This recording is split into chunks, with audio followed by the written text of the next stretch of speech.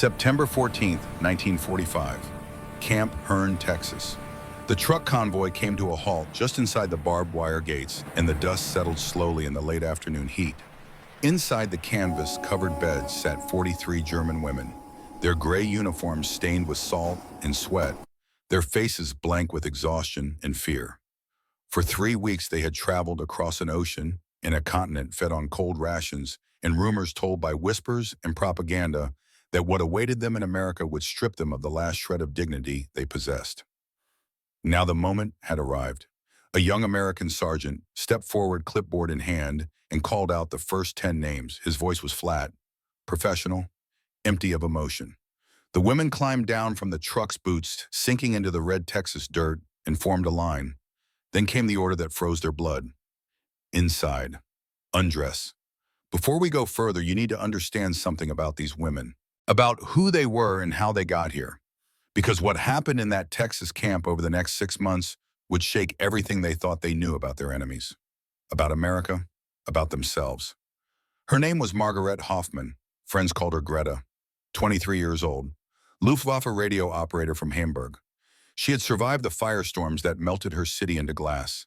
She had survived the collapse, the surrender, the ocean crossing in a cargo hold that smelled like diesel and fear. But standing in that red Texas dirt, hearing those 2 words inside undress, that's when she thought, this is how it ends. Not with bombs, with shame. The sergeant said nothing cruel.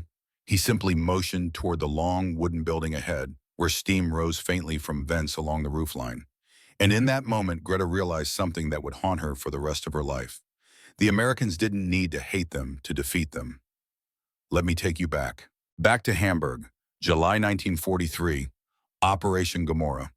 The name alone should tell you what was coming. The Allies dropped incendiary bombs for 8 straight days. The firestorm reached 1,500 degrees Fahrenheit, hot enough to melt asphalt, hot enough to create winds that suck people into the flames like a hurricane of fire. Greta was 21. Her job transmit coordinates for the Luftwaffe defense. She stayed at her post for 3 days straight while her city burned around her. Not because she was brave, not because she was a hero, because she believed in duty, in the system, in Germany.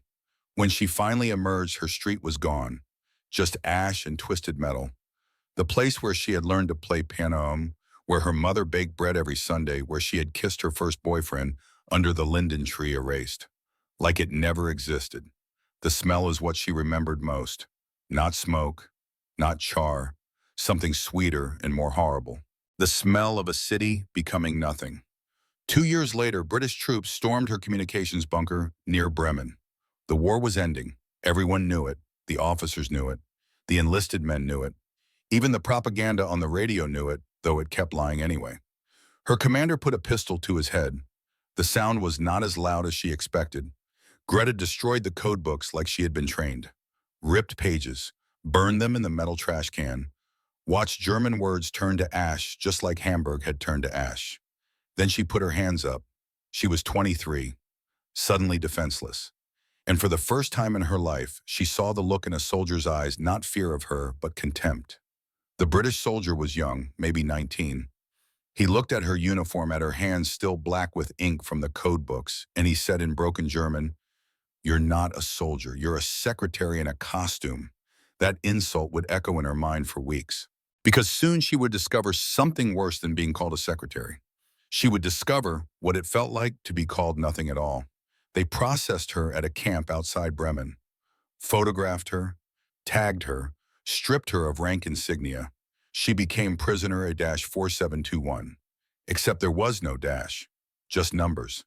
A4721, like a catalog entry, like livestock. The British handed her over to the Americans, she and 42 other women. Radio operators, nurses, clerks, telephone, switchboard workers, civilian auxiliaries who had worn the uniform and served the machine. When the Allies swept through France and the Low Countries, they rounded up anyone tied to the Wehrmacht apparatus, tagged them, photographed them, and shipped them west. The women were told they would be treated as prisoners under the Geneva Convention. They didn't believe it. They had been raised in a system that worshipped strength and despised weakness, where mercy was a myth and defeat meant annihilation. So when the trains carried them to the ports and the ships carried them across the Atlantic, they prepared themselves for the worst. 17 days at sea. The journey had been brutal in its monotony. Hammocks swaying above the dark water. The smell of diesel and vomit thick in the holds. They were fed twice a day. Bread, beans, coffee that tasted like rust. A doctor checked their pulses once a week. A Red Cross observer walked through the compartments with a notebook recording nothing, saying nothing. That silence was more terrifying than any interrogation could have been. In the bunk next to Greta was Frida Braun, 28 years old, field nurse. She had stitched up soldiers on the Eastern Front while artillery shells screamed overhead. She had seen things that would give you nightmares for the rest of your life, things she never spoke about, things that lived behind her eyes like shadows. Frida was pragmatic in the way that only people who have seen too much death can be pragmatic. She told Greta, whatever comes, we survive it. We've survived worse. But Greta wasn't sure that was true. The propaganda had poisoned them worse than the food. Leaflets passed hand to hand in the darkness. Crude drawings, lurid descriptions. The Americans will parade you through streets naked. They will photograph your shame. This is revenge for what we did to their boys.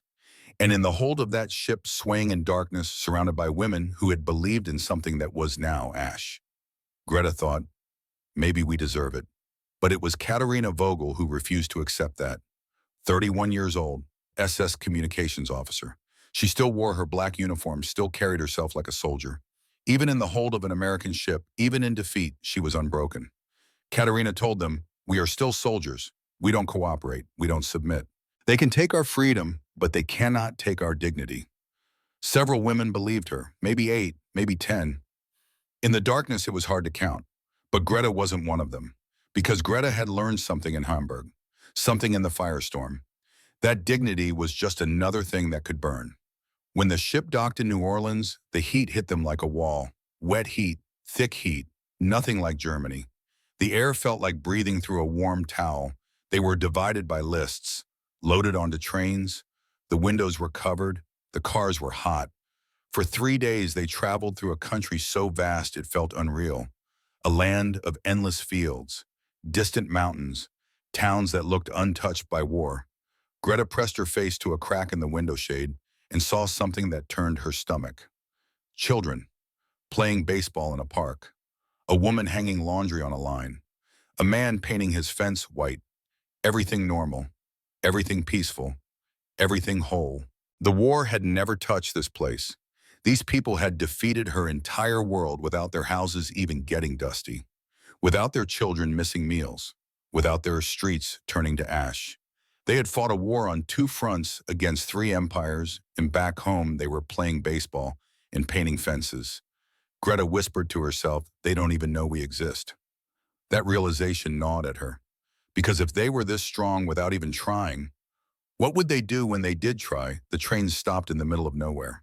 That's what Texas felt like to her. The middle of nowhere. Flat red earth stretching to a horizon that seemed impossibly far away. Heat shimmering off the ground like water. The sky so blue it hurt to look at. Camp Hearn stretched before them. Rows of wooden barracks, guard towers, an American flag hanging limp in the windless air. Everything orderly, industrial, impersonal. Major William Carson stood near the gate, 42 years old. Career officer.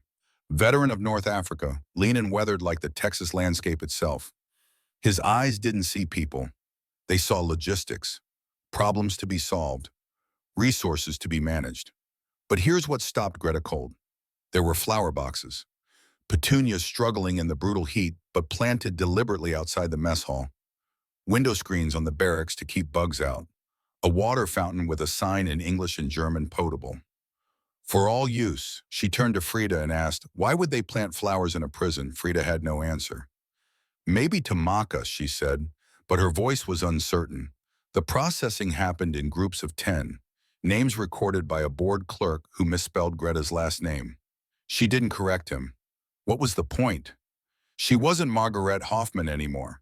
She was A4721, or Hofferman, or whatever the Americans decided to call her.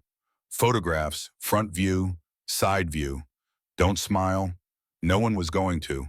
Medical history forms in English. Greta translated for the others. Her English was decent, better than most. She had studied it in school back when the future was supposed to be different, back when she thought she might travel, see the world, live a life. Height, weight, known illnesses. The questions were invasive but clinical, like cataloging livestock, like taking inventory. That's when Katerina made her stand. She stood up ramrod straight and said in German loud enough for everyone to hear, "We refuse. We are prisoners of war under Geneva Convention. We don't have to submit to humiliation." The American guards didn't react. They simply marked their clipboards. Noted. You'll wait here until you comply. No food, no water, no barracks assignment until processing complete. And then they walked away. Just walked away. Left them standing in the sun. 95 degrees. Dry heat that sucked the moisture from your lungs. 2 hours passed, then 3. The women wilted. Some sat on the ground. Some remained standing out of pride. Greta watched Katerina's jaw clench tighter and tighter. Watched sweat soak through uniforms.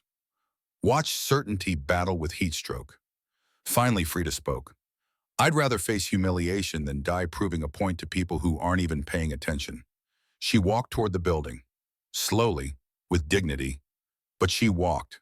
The others followed, one by one, like a dam breaking, until only Katerina remained standing in the sun alone. And then after a long moment, she too walked. Last, defeated, but walking. Inside the building smelled like antiseptic and steam. Long wooden structure with corrugated metal roof, divided into sections. Undressing, showers, inspection, reissue. Greta stepped through the door, expecting cameras, leering soldiers, mockery, the fulfillment of every propaganda promise. Instead, she saw 3 middle-aged American nurses in clean white uniforms, clipboards, tired eyes. One of them spoke in accented German. Austrian maybe, or Swiss. Clothing here. Shower through that door. Take your time. Soap and towels provided. That's it. No ceremony, no threats, no cruelty, just procedure. Greta removed her jacket, then her shirt, folding each piece with hands that wouldn't stop shaking. The other women did the same. Silent, stiff, waiting for the punishment that never came. The shower room was tiled. White tiles, clean tiles, steam rising. And then Greta turned the handle and water came out. Warm water. Let me say that again because it matters. The water was warm. She stood under that stream and felt something break inside her, not relief, worse. Confusion so deep it felt like drowning. The soap smelled faintly of lavender. The towels were rough but clean. Real towels, not rags. A nurse handed her a comb, a toothbrush, a bar of soap wrapped in paper. "For you," the nurse said. "Keep it." Greta stared at these objects like they were weapons she didn't recognize. A comb, a toothbrush, a bar of soap Ivory brand made in Cincinnati, Ohio. 3 cents. That's what the soap probably cost. 3 cents to shatter a woman's entire understanding of her enemy. Because this wasn't cruelty. This wasn't kindness. This was something else entirely. Something she didn't have a word for. When she stepped out, there was a new uniform waiting. Gray U.S. Army fatigues, coarse fabric but intact. The fit was loose. No rank, no insignia, no identity, just a number stenciled on the chest pocket. She looked down at herself and whispered, "We belong to the rules now." Outside, the Texas sun burned white and merciless. The women lined up again, this time for the mess hall. Trays slid down a steel counter. White bread, beef stew, black coffee. The portions were generous. The food was hot. No one shouted at them. No one rushed them. No one watched them eat like animals in a zoo. Greta sat at a long wooden table and took her first bite of real meat in 4 months. Beef, actual beef. Tender, seasoned. The taste was almost painful. Because she was sitting in a Texas prison camp eating better than she had eaten in 2 years of serving the Reich, and she didn't know what that meant. Across from her, Frida stared at her plate. "Maybe this is worse," she whispered. "Maybe they want us to feel shame through kindness." But Greta shook her head. "This isn't kindness. This is something else." Katerina refused to eat. sat with her arms crossed, jaw set, staring at nothing. It's poison, she said, or they're fattening us for something. But Greta ate and hated herself for being grateful. That night, they were assigned to barracks, long wooden building, 40 bunks, clean sheets. Each woman received 2 blankets, 1 pillow, a footlocker. The windows had screens to keep bugs out, a luxury Greta hadn't expected, a luxury she didn't want to appreciate but did anyway. Lights out at 2200 hours. The women lay in darkness, whispering. Maybe this is the calm before. My cousin said Americans are soft, easily fooled. We should plan escape. The food was probably drugged. But Frida said, or maybe we just wait, see what morning brings. Greta lay awake staring at the ceiling, thinking about Hamburg, about the firestorm, about the belief she had carried like armor. The system had promised, we are superior, they are weak. But this camp, clean and efficient and emotionless, felt like being inside a machine. And machines don't get tired. Machines don't get angry. Machines just run. At 23:30, an alarm shattered the silence. Guards rushed into the barracks. Women scrambled upright, terrified. This was it, the trap, the moment everything turned cruel. But it wasn't cruelty. It was a medical emergency. A woman had collapsed. Background character. A clerk from Munich. Appendicitis. Without treatment, she would die within hours. Katerina jumped up, blocking the American medics. Don't touch her, she shouted in German. This is a trick. You'll hurt her. The guards didn't push, didn't threaten. They just waited. Patient. Clinical. The senior medic spoke in German. Ma'am, her appendix is ruptured. We have a surgeon coming from town. 45 minutes. If we don't move her now, she dies. Your choice, let us help or watch her die to prove your point. Silence. 3 seconds that felt like an hour. Katerina stepped aside. They carried the woman out, gently, like she mattered, like she was human and not just enemy. Greta and the others crowded at the windows, watching ambulance lights cut through Texas darkness, watching American soldiers rush to save the life of someone who 6 months ago had been trying to help kill them. Major Carson appeared in the doorway. First time he had addressed them directly. She'll have surgery tonight, he said through an interpreter. If she survives, she'll recover here. If she doesn't, you'll be notified. Questions. Silence. Good. Back to sleep. He turned and left. No drama, no propaganda about American generosity, just facts. At 3 in the morning, the ambulance returned. Footsteps. Voices saying stable and successful. In the morning, they were told the woman would recover. No ceremony, no medal, just a name checked off on a list. Surgery completed. Patient stable. Next, Greta had a scrap of paper hidden in her boot, a pencil stolen from the processing station. She wrote by moonlight, day 1. They treat us like broken machines that need repair. Efficient, cold, correct. I don't know if I'm grateful or terrified. Perhaps both. She didn't know it yet, but by day 90, she would have her answer. And it would be worse than either gratitude or terror. It would be understanding. The most devastating weapon of all. Week 3, Camp Hearn, Texas. Greta had learned the rhythm of captivity. The bugle at 0600, roll call in the yard boots, on dirt voices calling numbers instead of names. Breakfast always hot, always adequate. Work detail, lunch, more work. Dinner, lights out, repeat. The sameness should have been numbing. Instead, it was revealing. Because in the spaces between routine and the way a guard said ma'am when handing her a mop and the way the doctor checked her blood pressure, without comment, she began to see the architecture of something terrifying, a system that didn't need cruelty to function. They assigned her to laundry detail, 6 hours a day in a wooden building that smelled like soap and steam. Lifting heavy wet canvas, army uniforms olive drab and dripping. Her hands turned raw within the first week. Red, cracked. The soap stripped the oils from her skin until her fingers bled at the knuckles. 80 cents per day in camp script. Fake money, but money nonetheless. The supervisor was an older woman. Texas accent so thick Greta could barely understand her English. She said, fold them tight. We don't do sloppy here. Then she showed Greta how. Crisp corners, military precision. the same way Greta had been taught to fold Wehrmacht uniforms back in Hamburg, back when the world made sense. American soldiers' uniforms mixed with prisoner uniforms in the same wash. No segregation, no distinction. All green and gray fabric, all getting the same treatment. Clean, pressed, returned. Frida worked in the camp hospital, assisting with inventory, translation, learning American medical terms in English, bandage, suture, antiseptic. She came back to the barracks each night, smelling like iodine and telling strange stories. There's a young soldier, she told Greta. 19. Pneumonia, delirious with fever.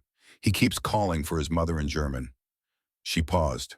He's from Wisconsin, German family. And now I'm the enemy, taking care of him while he calls for his Oma. What did you do? Greta asked. I stayed with him. What else could I do? Katerina refused all work assignments. She sat on her bunk, arms crossed, jaw set. Silent resistance. The guards documented it. Non-compliance. No privileges? Noted. They didn't force her, didn't punish her, just marked it down and moved on. Week 5 brought mail delivery, Red Cross packages, letters from home 6 weeks old covered in censor stamps and official markings. Greta received one envelope, her mother's handwriting shakier than she remembered. The letter was short. Margarete, the city is rubble. We live in the cellar of what used to be the Hoffman building. There is no food. Your father has been missing since March. I don't know if this will reach you. But if it does, just survive. That's all I ask. Just survive. Greta sat on her bunk and cried for the first time since capture. Not quiet tears. Deep sobs that shook her whole body. For Hamburg. For her father who was probably dead. For the life that was gone and would never come back. A guard walked past. Young man, maybe 22. He saw her crying, stopped, and his face did something complicated. He had probably never seen an enemy cry before. Never thought about what that meant. That enemies had mothers too. That enemies received letters that broke their hearts. He walked away, came back a minute later with a cup of water, set it on the floor beside Hero, said nothing, asked nothing, just left it there and walked away. Greta drank it, hated herself for being grateful, but drank it anyway. The canteen opened on Saturdays. A small building where prisoners could spend their camp script on approved items. Writing paper, pencils, soap, cigarettes for those who smoked, and chocolate. After 3 weeks of saving, Greta had enough to buy writing paper, a pencil, and 1 chocolate bar. German chocolate, Ritter Sport, imported through the Red Cross. The sight of that familiar purple wrapper made her throat tight. She broke it in half and gave 1/2 to Frida. They sat outside the barracks in the evening heat, eating slowly, making it last. They give us pieces of our past, Greta said. Is this mercy or torture? Frida thought about it. Maybe it's just logistics. They had extra chocolate. But it wasn't just logistics. It was something more deliberate than that. Something calculated. Keep them fed. Keep them clean. Give them small comforts. Not because we care, but because healthy prisoners are productive prisoners. Disease is inefficient. Chaos is inefficient. Dead prisoners are paperwork. Week 6, Greta was folding uniforms when she found something in a guard's pocket. A small booklet. She almost put it back, then curiosity got the better of her. She opened it. POW Treatment Standards. Geneva Convention Compliance Manual. She read it standing there, steam rising around her hands, still wet from the wash water. The words were clinical, precise, cold. Healthy prisoners equal productive labor. Disease equals inefficiency. Malnutrition leads to increased illness. Increased medical costs, increased mortality, increased administrative burden. Therefore, adequate nutrition is mandatory. Geneva Convention compliance equals legal protection against war crimes charges post-conflict. Therefore, documented adherence to all articles is mandatory. Maintain standards not as charity, but as strategic necessity. She read that line twice. Maintain standards not as charity, but as strategic necessity. There it was, in black and white. Humanity as byproduct of efficiency, mercy as legal protection, kindness as calculated strategy. They weren't being kind, they were being correct. And somehow that was worse. Because you can hate cruelty. You can fight cruelty. You can hold on to your dignity in the face of cruelty. But what do you do when your enemy treats you well, not because they forgive you, not because they care, but because the regulation requires it? She put the manual back in the pocket, folded the uniform, placed it in the basket, moved on to the next one. But her hands were shaking. That night she wrote in her hidden notebook, Week 6 discovered the truth. They don't hate us. They don't even think about us. We are line items in a budget, costs to be managed, resources to be maintained. This is worse than cruelty. This is indifference perfected into a system. Week 7, Major Carson conducted his weekly inspection. Greta had learned to recognize his footsteps, measured, even, never rushed, never hesitant. He walked through the barracks checking bedding toilets, window screens, temperature rat traps. He never spoke to prisoners directly, only addressed guards. Fix that leak. Add another blanket per bunk. Replace that light fixture. One day, Greta's bunk had a broken leg. She had reported it, waited, expected nothing. Carson walked past, stopped, examined it. To the guard, repair by 1800 hours. To Greta, without looking at her, use another bunk tonight. That was it. No apology, no explanation. Just problem identified, solution, ordered, move on. She watched him continue down the line. Lean, weathered, eyes that calculated square footage and caloric intake and laundry costs. He wasn't cruel. He wasn't kind. He was something else entirely. A manager, an administrator, a man who had turned human beings into logistics problems and solved those problems with ruthless efficiency. And it worked. That was the terrifying part. It worked better than cruelty ever could. Week 8, Sergeant Dorothy Klein arrived. She was 35. Born in Milwaukee to German immigrant parents, spoke Hochdeutsch perfectly with a slight Bavarian accent inherited from her grandmother. Her job handled problem prisoners without breaking them. Because broken prisoners don't work, and the system required work. She sat down across from Katerina with 2 cups of coffee. Real coffee, American coffee that actually tasted like coffee. You were SS Communications, Klein said in German. Eastern Front. Katerina said nothing, just stared. Klein continued as if they were having a normal conversation. I read your file. You're smart, skilled, wasting talent here. Katerina's voice was ice. I don't work for traitors. Klein took a sip of coffee. Unfazed. I'm not asking you to work for me. I'm asking if you want to help your fellow prisoners. They write letters home. Red Cross needs verification before sending. You'd help them, not us, Trick Katerina said. Klein stood up, left the coffee cup on the table. Offer. Think about it. She walked away, left Katerina sitting there staring at the coffee cup. Steam rising, the smell filling the small room. A smell Katerina hadn't experienced in months. She didn't touch it. But she didn't throw it away either. 3 days later, Katerina collapsed during roll call. Malnutrition, dehydration. 8 days of refusing food will do that. They carried her to the hospital, force-fed her IV nutrients, glucose, saline, electrolytes.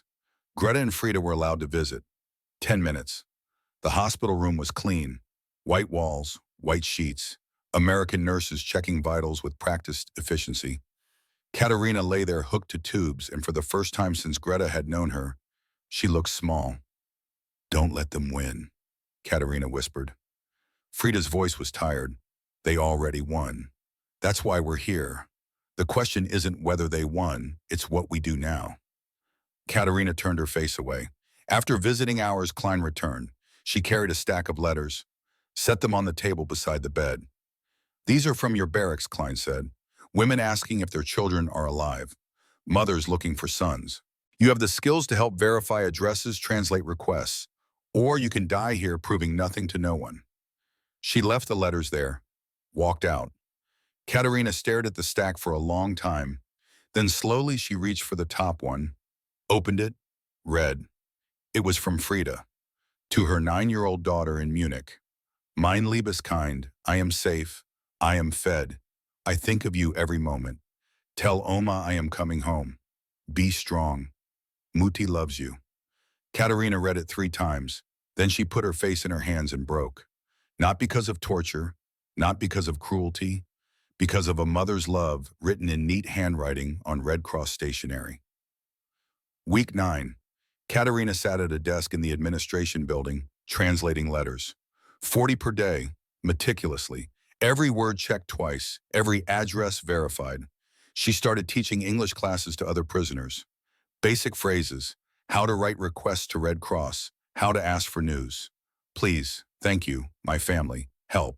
Her file changed from non-cooperative to valuable asset.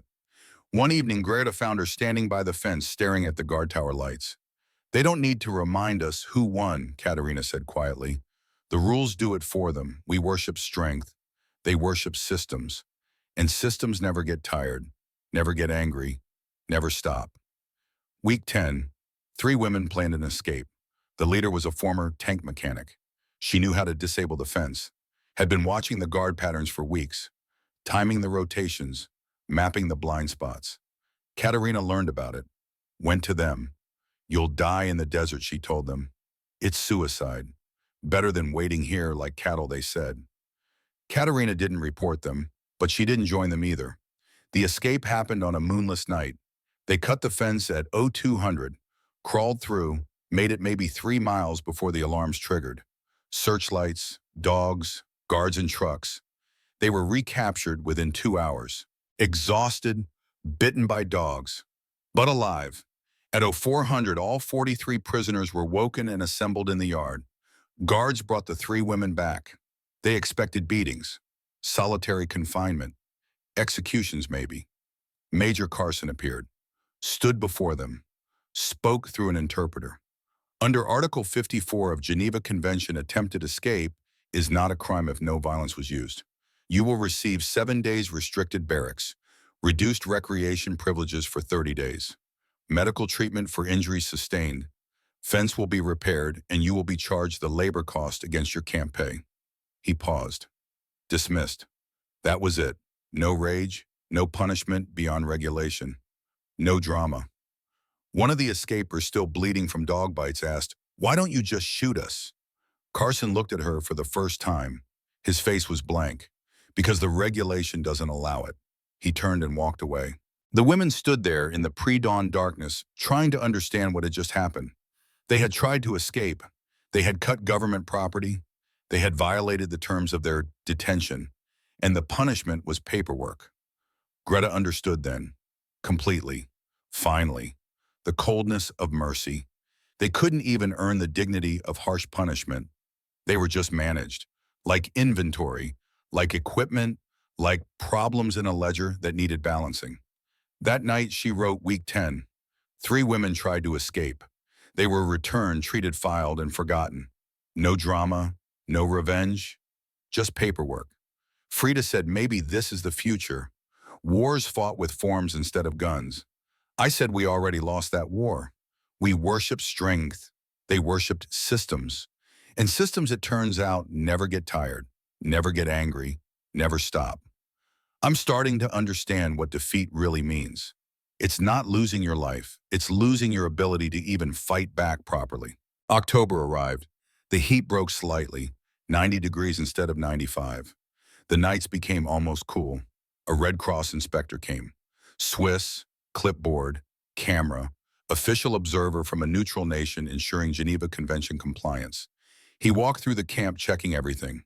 Bunks, toilets, mess hall, medical facilities. He interviewed 12 prisoners selected at random. Greta was one of them. Are you treated in accordance with convention, he asked in German. She thought about the soap, the warm water, the beef stew, her mother starving in a Hamburg cellar, this clean camp with its flowers and its regulations. We are fed, she said carefully. Housed, not abused. Complaints. She wanted to say yes. They treat us so correctly it feels like insult. They give us mercy without emotion, and somehow that's worse than cruelty. They've turned humanity into a checklist, and we don't know how to hate them for it. But she said no complaints. The inspector wrote in his notebook. Moved on to the next prisoner. Later, Frida asked, why didn't you tell him it's strange that kindness from captors feels wrong? Because he wouldn't understand, Greta said. This isn't kindness. It's compliance. Week 12, Major Carson addressed all prisoners. Rare occurrence, they assembled in the mess hall. He stood at the front, interpreter beside him. You are here under Geneva Convention of 1929. You will be treated according to its terms, no more, no less. His voice was flat, factual. This is not charity. This is law. Pause. You will work. You will receive pay. You will have adequate food and shelter. You will have medical care. You will be protected from public curiosity and abuse. Pause. Why? Because that is the regulation. Longer pause. I don't need to like you. You don't need to like me. We simply need to follow the system. He looked at them, through them. That system kept you alive.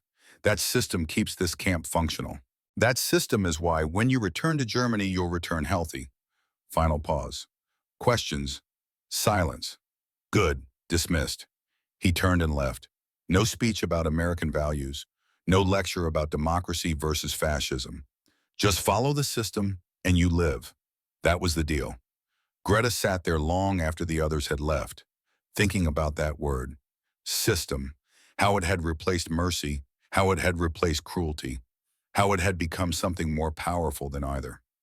She thought about Hamburg burning, about the system she had believed in, the one that promised strength and delivered ash. And now here she sat inside a different system, one that promised nothing except rules, and somehow delivered everything. That night, she wrote her longest entry yet. Week 12, I understand now. America didn't defeat us with better soldiers or better weapons. They defeated us with better logistics. They turned war into math and mercy into regulation, and somehow made both more effective than anything we ever built. The Reich conquered through fear. America conquers through paperwork. And paperwork, it turns out, is stronger because fear fades, anger burns out, hate exhausts itself. But systems just run forever, efficiently, without emotion, without exception. They've won something bigger than a war. They've won the future. And we who believed in strength above all have been defeated by something we never understood. By order without cruelty, by mercy without love, by humanity enforced not through hearts but through regulations. I don't know if I'm grateful or terrified. I don't know if there's a difference anymore. November became December. The rhythm that had once felt like oppression now felt like something else. Not comfort exactly, but predictability. And predictability, Greta discovered, was its own kind of peace. She woke to the bugle, dressed in her gray fatigues with the number on the chest, lined up for roll call in the cool morning air. Texas winter was not like German winter. No snow, no ice, just crisp mornings and mild days and nights that required a blanket. She had stopped flinching at the sound of boots, stopped waiting for cruelty that never came. The days were predictable, and somewhere along the way she had stopped fighting that predictability and started living inside it. One afternoon in the laundry, she caught herself laughing at something the supervisor said. A joke about stubborn stains. Nothing funny, really. But Greta laughed anyway, and the sound shocked her so much she stopped mid-fold, hands frozen on wet canvas. She was adapting, becoming part of the machine. And she didn't know if that was survival or surrender. Frida noticed the change in everyone. We're getting comfortable, she said one evening. Is that allowed? To just adapt like this, Katerina, who now spent her days translating letters and teaching English, said, we're not adapting. We're accepting. There's a difference. What difference, Greta asked? Adapting means you're changing to fit the system. Accepting means you understand the system was always going to win. That distinction felt important, though Greta couldn't say why. In the hospital, Frida had her own moment of reckoning. The young German-American soldier, the one with pneumonia, had recovered. Before he shipped back to his unit, he found Frida during her shift. I wanted to thank you, he said in English. You stayed with me when I was out of my head. My grandmother would have done the same. His German was rusty but heartfelt. You remind me of her. Frida didn't know what to say. 6 months ago, she would have been stitching up soldiers trying to kill boys like this one. Now she was being compared to his grandmother. You're welcome, she managed. Stay safe. After he left, she sat in the supply closet and cried. Not from sadness. From the weight of being human in a place designed to strip that away. Except it hadn't stripped it away. The system had preserved it, maintained it, required it, and somehow that made it both more precious and more terrible. December brought cold rain and preparations for Christmas. The Red Cross sent packages, decorations, sheet music, real candles. The prisoners were allowed to decorate their barracks. Greta found herself folding paper into snowflakes. She hadn't done this since childhood, since before Hamburg burned, since before the world ended. Her fingers remembered the pattern: fold, cut, unfold, a six-pointed star of white paper. She hung it in the window and felt something crack inside her chest. Katerina asked to speak with Greta privately. They walked the perimeter of the camp, staying inside the fence, inside the rules. "I need to tell you something," Katerina said. Her voice was different, smaller. "I was SS, you knew that. But I need you to understand what that meant." Greta said nothing, just walked. "I worked communications for Einsatzgruppen on the Eastern Front." Katerina's voice was steady but quiet. "I didn't pull triggers. I just transmitted orders, coordinates, instructions, told myself I was just a soldier following duty." She stopped walking, looked at the fence, the wire, the guard tower. "I've been reading letters from women whose husbands died on the Eastern Front, and I helped send the orders that killed them. And now I'm helping their widows find their families. And I don't know if that's redemption or insult or just more paperwork." "Why tell me?" Greta asked. "Because the Americans don't know or don't care. They just see useful translator. No judgment, no punishment, just function. And I don't know if I deserve that." "Do any of us deserve it?" Greta said. They walked in silence. The question hung in the air like the paper snowflakes hung in the windows, unanswered, maybe unanswerable. Christmas Eve arrived with clear skies and temperatures in the 50s. Warm for December, even in Texas. The mess hall had been transformed. Tablecloths, real tablecloths, white impressed, candles in glass holders, pine branches arranged along the walls. The smell of roasting turkey filled the camp. The menu was posted outside: turkey, stuffing, mashed potatoes, cranberry sauce, green beans, dinner rolls, apple American apple pie. Greta stood in line with her tray and felt something she hadn't felt in years: anticipation. Not fear or dread or resignation, just simple human anticipation of a good meal. The turkey was tender, the stuffing seasoned with sage and onions, the cranberry sauce tart and sweet at the same time, and the apple pie warm and topped with a dollop of real cream tasted like a promise she had thought the world stopped making. Major Carson sat at the head table. First time he had ever eaten with the prisoners. He didn't give a speech, didn't make a show of it, just sat down and ate his meal like everyone else. Greta watched him cut his turkey. Methodical, efficient. Even eating was a procedure for him, but he was there, present, and somehow that mattered. After the meal, the chaplain held a bilingual service. American chaplain who spoke decent German. He read from Luke, the Christmas story, the same in every language. And it came to pass in those days. The chapel was crowded, prisoners and some American soldiers who wanted to attend. The candles flickered. Someone started singing, Stille Nacht, Silent Night. The voices joined, German and English simultaneously. Stille Nacht, Heilige Nacht, Silent Night, Holy Night. The harmonies wove together like they were always meant to be one song. Greta's voice cracked on Heilige Nacht. She thought about Hamburg, about the church where she had sung this same song as a child, about her father who was probably dead, about this warm chapel in Texas where she was singing with her enemies. The dissonance was unbearable. Frida gripped her hand, squeezed. "It's okay to cry." And Greta did, not hiding it, not ashamed, just crying because sometimes grief and gratitude feel exactly the same, and you can't tell them apart anymore. After the service, Sergeant Klein played piano, American songs, German carols, hymns that belonged to everyone and no one. The sound filled the chapel and spilled out into the Texas night. For maybe 3 hours, Greta forgot she was a prisoner. Just sat in the warmth, in the candlelight, in the music, and felt human. Later, lying in her bunk, she wrote, "Today I forgot I was a prisoner, for maybe 3 hours. I don't know if that's beautiful or tragic. Maybe both. Maybe there's no difference anymore."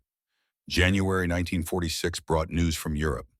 The Nuremberg trials, radio broadcasts. The prisoners were allowed to listen under supervision.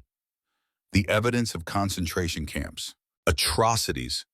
Numbers so large they stopped meaning anything. 6 million. The number was incomprehensible.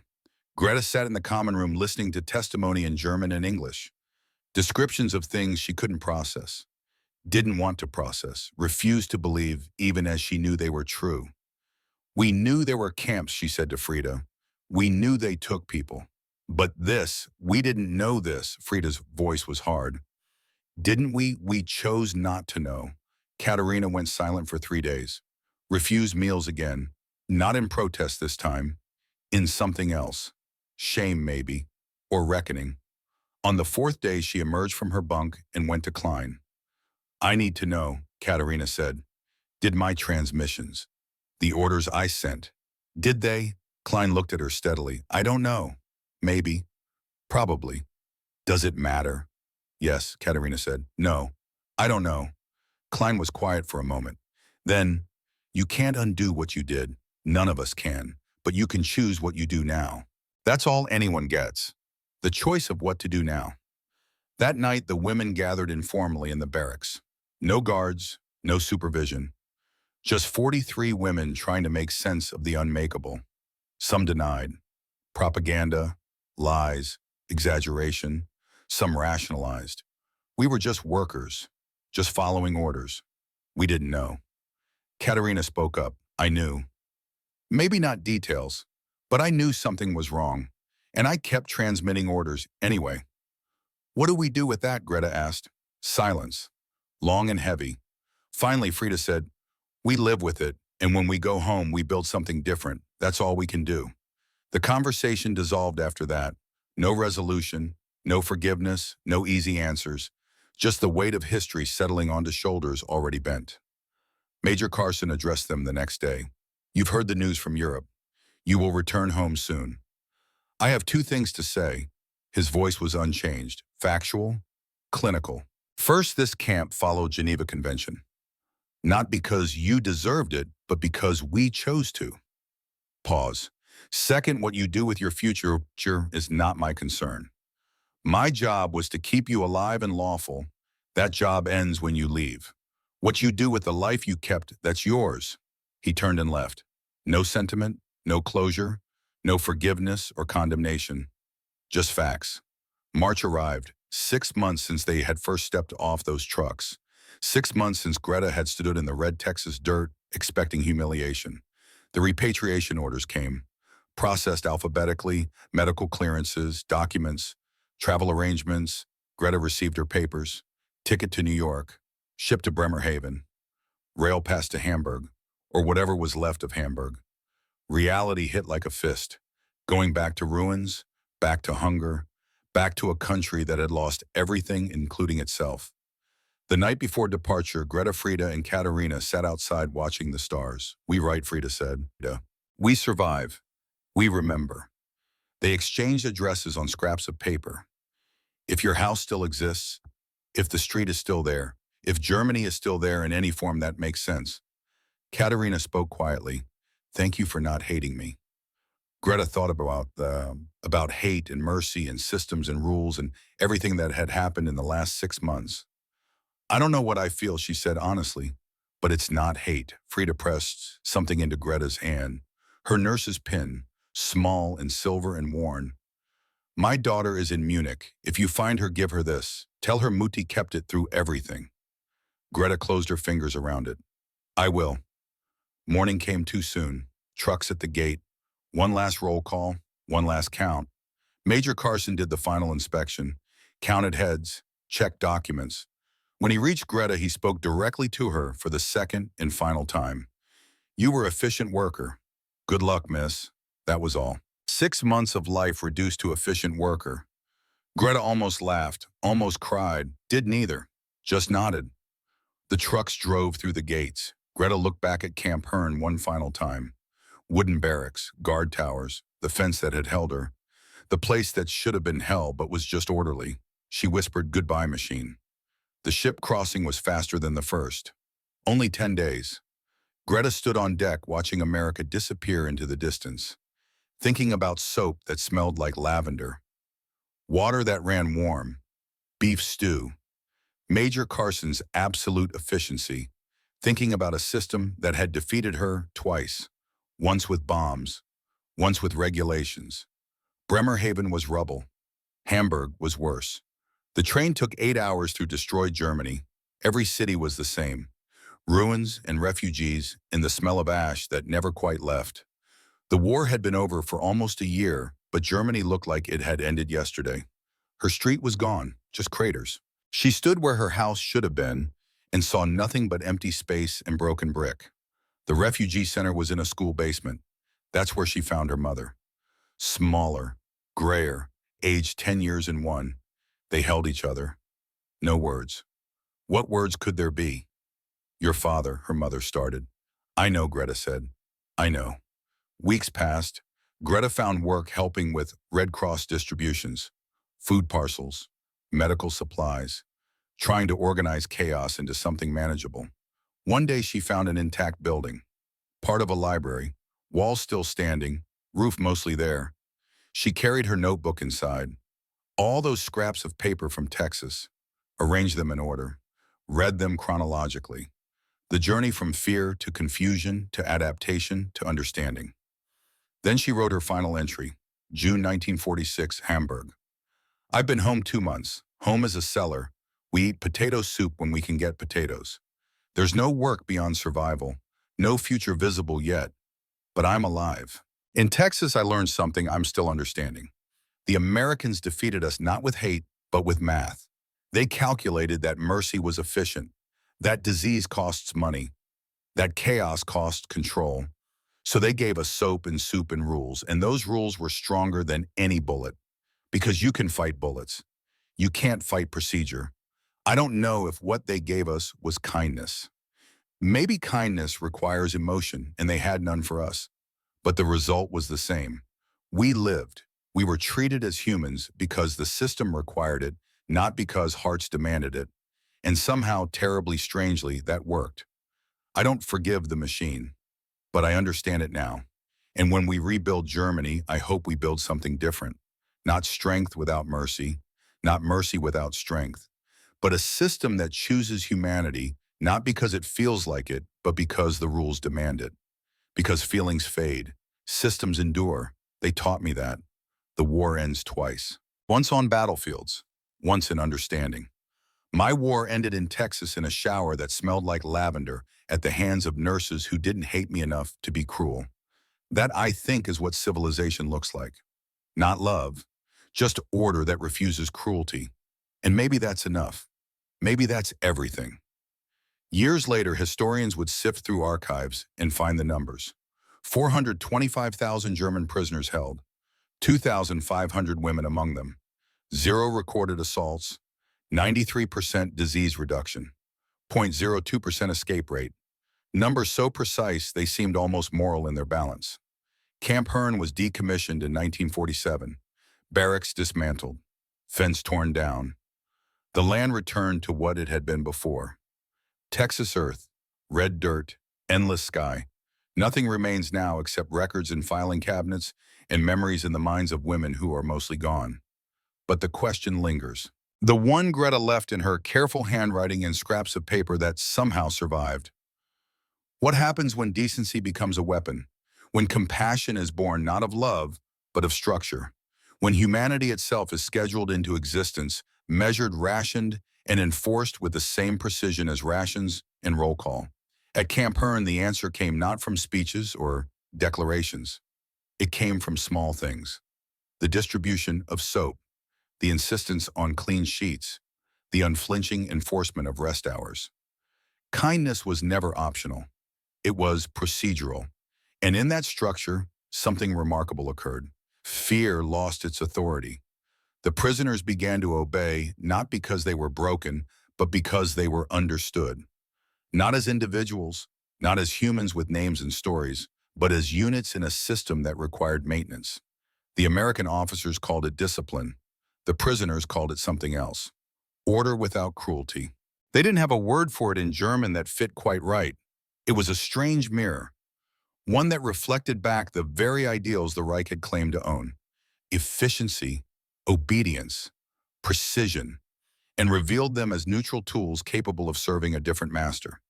In that mirror, the Germans saw a reflection of themselves, but gentler, quieter, undefeated by rage. And in that quiet, a lesson took shape. Civilization does not have to roar to prove itself. Sometimes it simply has to endure. The test of civilization isn't proven on the battlefield. It's proven afterward, in the barracks, in the showers, in the mess halls where the defeated are fed and the rules are followed even when no one is watching. Greta Hoffman's real identity remains classified. This story is constructed from archived testimonies of multiple women, but her words or words like hers exist in files marked confidential in warehouses across America. They didn't hate us. That's how they won. 7 words that contain everything. The recognition that power without cruelty is the most devastating weapon of all. That systems built on procedure rather than passion endure longer than empires built on fear. That mercy multiplied by regulation equals something stronger than either mercy or regulation alone. The final image is simple: an empty Texas field, sunset painting the sky red and gold, grass growing where barracks once stood. And if you look carefully, you can still see the pattern in the earth, the ghost of a fence, the outline of order imposed and then removed, leaving only the lesson. They didn't hate us. That's how they won. And maybe in the end, that's how everyone should. Not with rage, not with revenge, not with emotion that burns hot and burns out, but with rules that hold, systems that endure. Humanity enforced not by hearts, but by regulations that refuse to bend even when hearts would. The war ended twice, once in battle, once in understanding. This is the story of that second ending, the one that matters more, the one we're still learning, the one that asks us even now, decades later, when we have power over those who wronged us. What do we choose, the easy path of emotion or the hard path of principle? When America in 1945 chose principle, chose procedure, chose to follow rules even when rage would have been justified, and in doing so won something bigger than a war, won the future, won the peace, won the right to say when history judges, we had the power to be cruel. We chose to be correct instead. And that choice, more than any battle, more than any weapon, more than any victory on any field, is what made us who we are. The machine of mercy, cold, efficient, unstoppable, and somehow against all odds human.